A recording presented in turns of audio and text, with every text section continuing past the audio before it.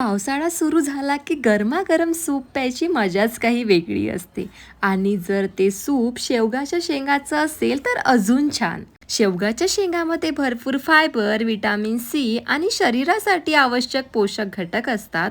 त्यामुळे आज मी तुम्हाला अगदी सोप्या पद्धतीने हेल्दी आणि चविष्ट शेवगाच्या शेंगाचा सूप कसं बनवायचं ते सांगणार आहे. सगळ्यात आधी शेवगाच्या शेंगाची साल काढून त्या स्वच्छ 2 ते 3 पाण्याने धुवून घेतल्या. आता प्रेशर कुकरमध्ये शेवगाच्या शेंगा टाकल्या.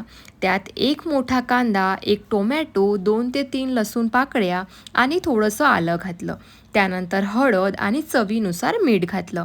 मग एक हिरवी मिरची, थोडासा कढीपत्ता आणि धनेपूड घातली. माझ्याकडे ताजी कोथिंबीर नव्हती त्यामुळे मी धनेपूड वापरली. आता त्यात साधारण 1 ग्लास पाणी घालून कुकरच्या 2 शिट्ट्या होऊ दिल्या. सगळं छान शिजल्यावर शेवगाच्या शेंगाचा पल्प काढून घेतला. आता मिक्सरच्या भांड्यात हा पल्प आणि कुकरमध्ये शिजलेला कांदा, टोमॅटो, लसूण, आलं याचं मिश्रण घालून छान बारीक पेस्ट करून घेतली. आता मी एक कढई घेतली. त्यामध्ये 1 चमचा तूप घातलं. तूप गरम झाल्यावर त्यात 1 चमचा जिरं टाकलं. जिरं छान तडतडल्यानंतर तयार केलेला शेवगाच्या शेंगाचा पेस्ट त्यामध्ये घातला आणि व्यवस्थित एकजीव करून घेतला.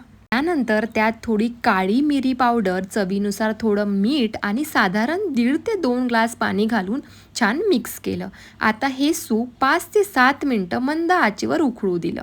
आपलं गरमागरम हेल्दी आणि चविष्ट शेवगाच्या शेंगाचं सूप तयार आहे. पावसाळ्यात असं गरमागरम आणि पौष्टिक सूप प्यायची मजाच काही वेगळी असते. शेवगाच्या शेंगा पचनासाठी चांगल्या मानल्या जातात. त्यामध्ये फायबर, विटॅमिन सी आणि अनेक महत्त्वाचे पोषक घटक असतात. तुम्ही ही रेसिपी नक्की ट्राय करून बघा.